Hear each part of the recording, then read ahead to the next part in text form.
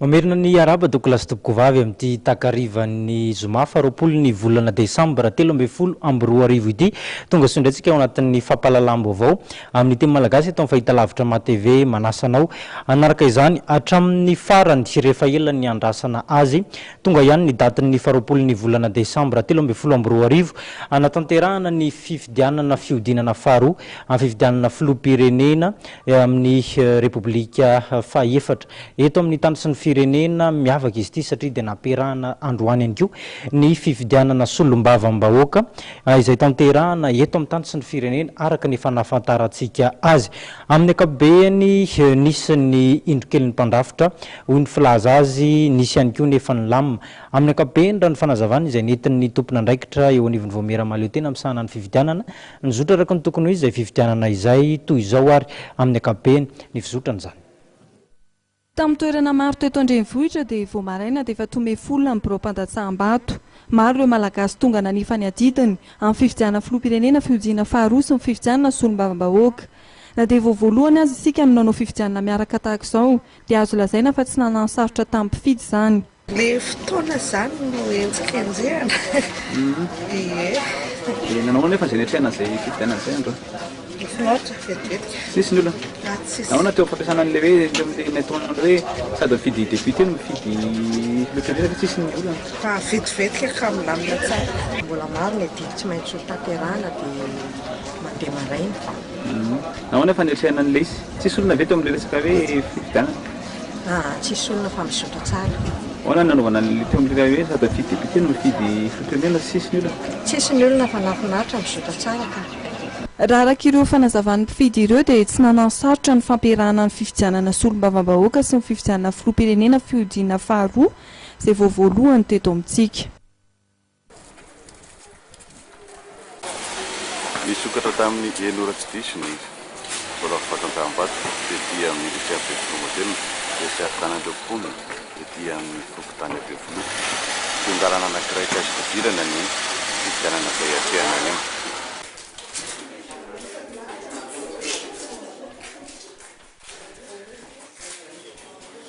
Raha hoe tamin'ny firy no hoe ny angiana député?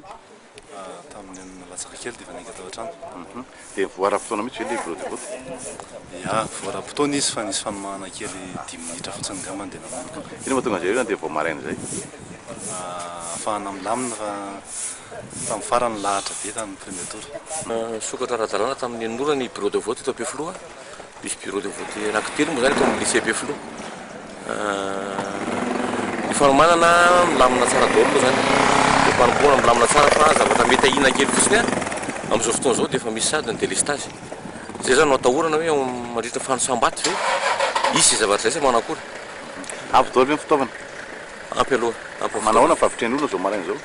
Navitrika dia navitrika ny olona. Tsikaritra nefa fa nisy ny indrokely tamin'ity fifidianana ity satria nisy ireo olona nitaraina fa tsy nanosy ny indroa fa indray mandeha ihany ka izay no niteraka disadisa tamin'ny toerana maromaro.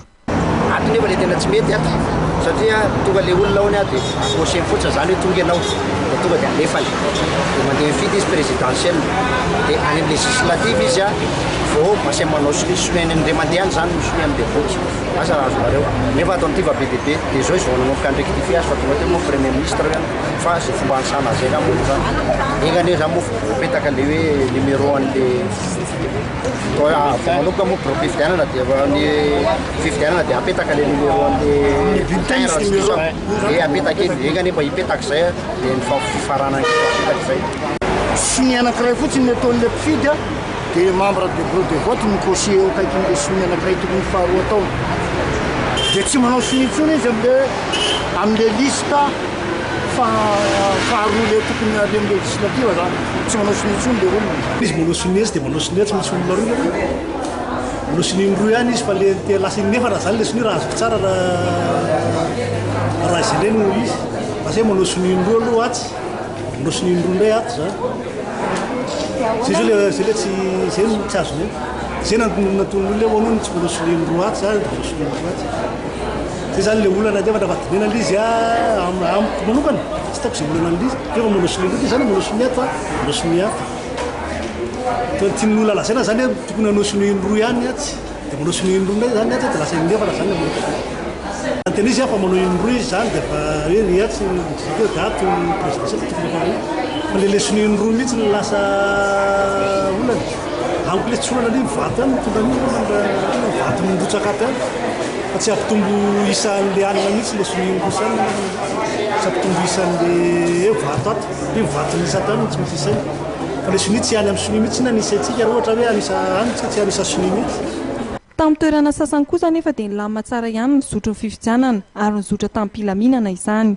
Ny ankamaroan'ny birao-pandatsaham-bato amin'izao fotoana izao dia efa eo am-panitsana ny vato avokoa.